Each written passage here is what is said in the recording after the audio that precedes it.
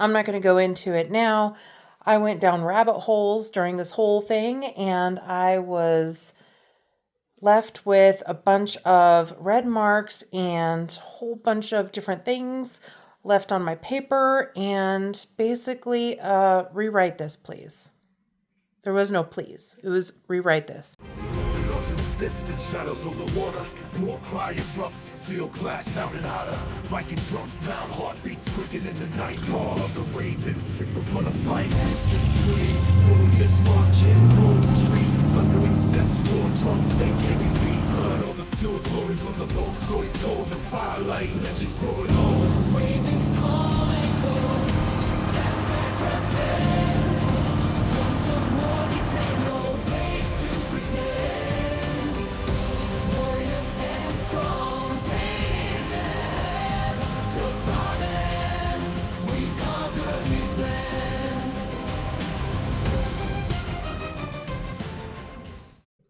Welcome back to part 2 of this 3-part series in my study on the impact of a virtual ketogenic support group on self-efficacy and adherence to the ketogenic lifestyle in adults at risk of developing prediabetes. You can find my study on ProQuest. Just type in either adherence to the ketogenic lifestyle or adults at risk of developing prediabetes, and it should pop up. This is one of the brand new ones. It was just published in January. So you will find it and you can read it all yourself if you want to. If not, you can watch my first video and then watch this video, and there should be another video coming up as soon as I get this one up and going. So stay tuned for the next video. But in my last video, I discussed my chapters 1 and chapters 2. I discussed prediabetes. I had to prove that prediabetes was a problem. I couldn't use metabolic syndrome, as metabolic syndrome is not a diagnosable ailment because it is not technically an insurable treatment plan. If that makes sense, you cannot treat metabolic syndrome. And then I talk about obesity and the primary risk factors for developing prediabetes and type 2 diabetes, which, if you think about it, it just kind of aligns with itself. I wanted to include type 2 diabetes, but this study got big and it got huge fast. So I did not want to convolute anything, and I wanted to keep things simple. Keep things simple. I also discussed other metabolic comorbidities, including hypertension, hyperlipidemia, PCOS, non-alcoholic fatty liver disease, cardiovascular disease, chronic kidney disease, and cognitive decline. And I also mentioned cancer. There is a whole debate there. I'm not going to go into it now. I went down rabbit holes during this whole thing, and I was left with a bunch of red marks and a whole bunch of different things left on my paper, and basically, rewrite this, please. There was no please. It was rewrite this. And so back to the drawing board, and then I would come back and I would rewrite it again. And after a couple of times, I almost gave up, and then I came back and rewrote it again. And so during my second, third, and fourth revision, I highlighted how chronic hyperinsulinemia further drives metabolic dysregulation, lipogenesis, and visceral fat accumulation. And that was a huge, huge victory in my book, because I was able to highlight that hyperinsulinemia is part of the problem and the driving factor. It increases the risk of prediabetes and other metabolic comorbidities. And when I was presenting my proposal, I had a tough time convincing my entire committee that the effects of ketosis were different than just a low-calorie diet, because I was constantly asked, why not just use a regular diet? Well, because ketosis is different. And the biggest hang-up during this entire thing was convincing the panel, a panel of tenured doctors, that weight loss from a ketogenic diet is completely different than just a calorie-restricted diet. Because it is different. And the differences are quite astonishing. So I wanted to take time here to explain those differences and what makes ketogenesis so effective versus just a low-calorie diet, because the mechanisms are completely different, like I said. Now, let's say a typical person goes on a standard low-calorie diet. They reduce their total daily consumption to about 80 grams of fat, maybe even 50 grams of fat, and then they swap out their protein for carbohydrates like cereal or bread. And so they eat about 120, 130 grams of carbohydrates per day. And this is what a typical American might eat. This might be also an Australian diet or any other kind of European diet. We'll put it there. We'll just put it there. If you know what the typical carbohydrates in grams look like, please comment in the comments below, because I'm curious to see what the ratios are in different countries. Now, the carbohydrates that we eat trigger the pancreas to produce and release insulin. That's a given. The carbohydrates, it could come from pizza, it could come from rice, it could come from tacos, a whole bunch of things. And those carbohydrates are sent down into the intestine to be broken down into its smaller parts, and then they're sent into the liver to be converted into glucose. Now, this glucose is then sent into the bloodstream, and fructose from fruit and honey are converted into glycogen, or they are converted into triglycerides to be stored in the liver. Now, this causes a problem. Insulin remains high in this case, and it triggers hunger. Therefore, a person might need to snack a lot more, and it causes constant mood swings. You know what I'm talking about, the hangry instead of hungry. If starvation happens over the course of a couple of months, the body starts to send signals of starvation to the brain to lower metabolic rate and shut down immune system. The body also starts breaking down its muscle over time. So it might break down the muscle and the ligaments and the bone tissues, and it keeps the brain going for as long as possible. As long as insulin remains high, a person will struggle to lose body fat, which is what they're trying to do instead of losing muscle and bone tissue.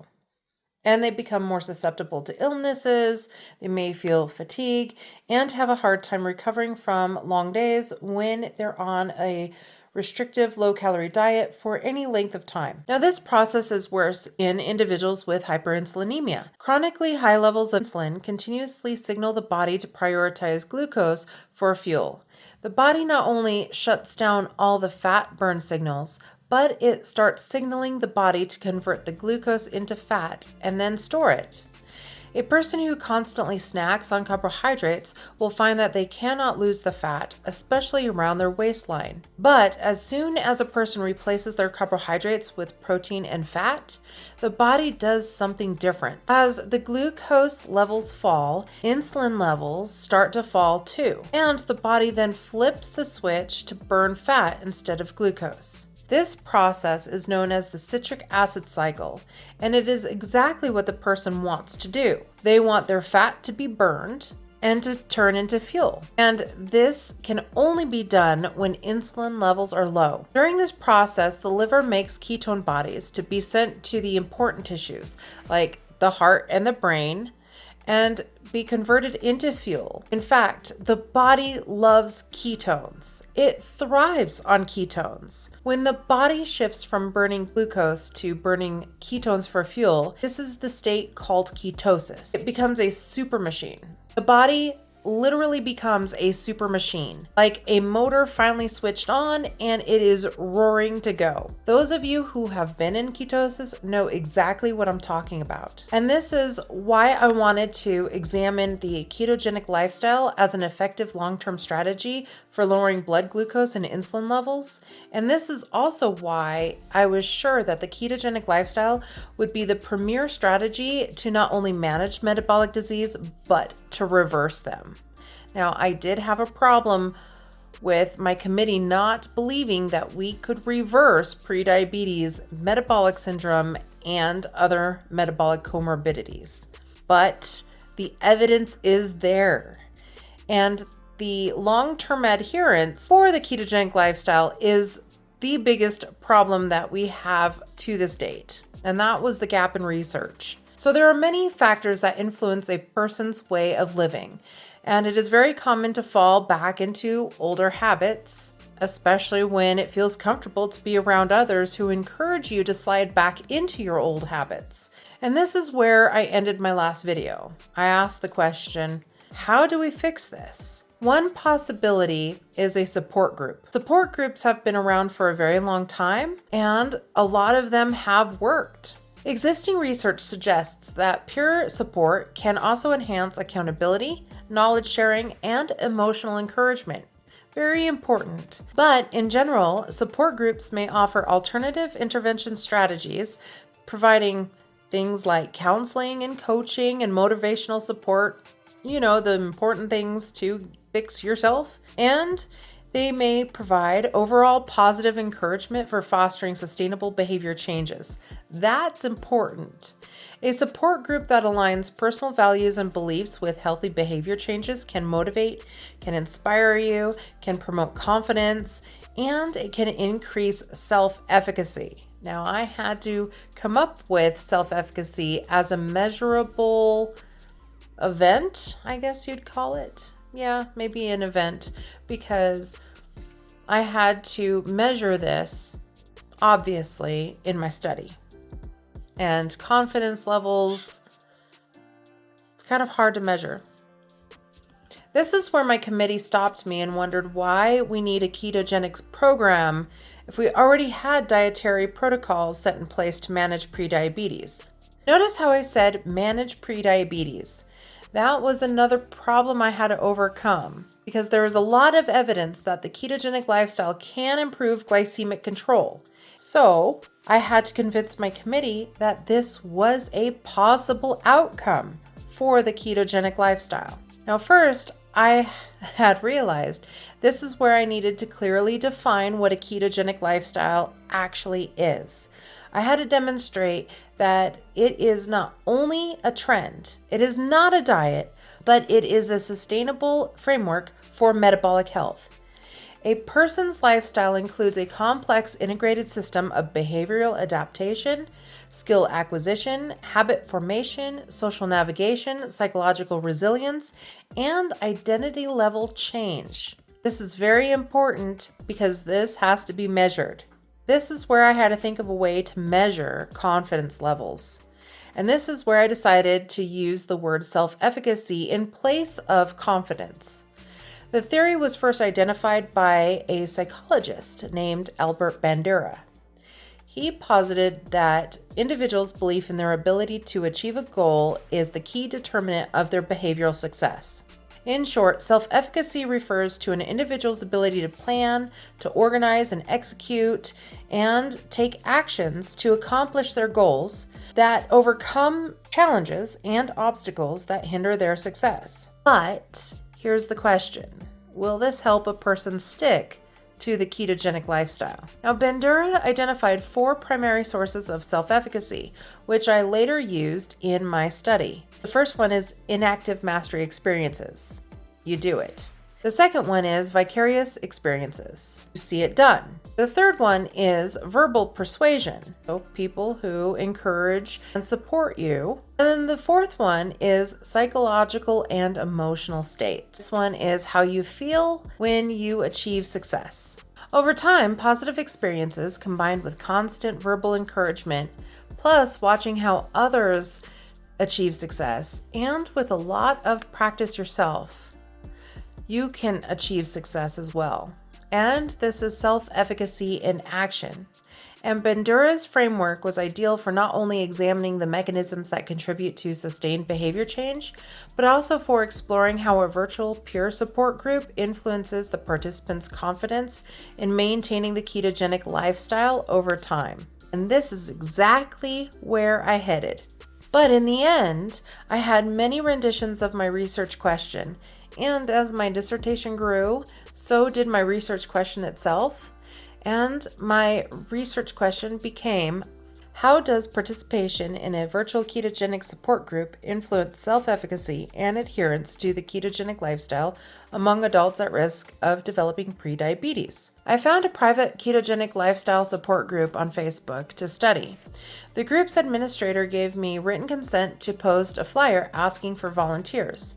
And this group was a very active group with frequent posts, comments, and interactions. Also, I do have to say that the Facebook group had an amazing facilitator with an extensive experience and knowledge base in the ketogenic lifestyle. I must say that everybody there in the support group was willing to help me, and they were all awesome. It took me 3 weeks to get to this point, and I found this to be absolutely life-changing. Yes, support groups do increase self-efficacy and adherence to the ketogenic lifestyle, but living the lifestyle itself improves adherence as well. The ketogenic lifestyle frequently supports enhanced vitality, and it enhances overall quality of life. It truly shifts people from simply living day to day to genuinely thriving. And that is a hard feeling to let go. But as I found out, a person sometimes gives up, and the reasons for that were shocking. Ravens call echo, battle cry crescent, drums of war dictate, no place to pretend. Warriors stand strong, faith in their hands, to saga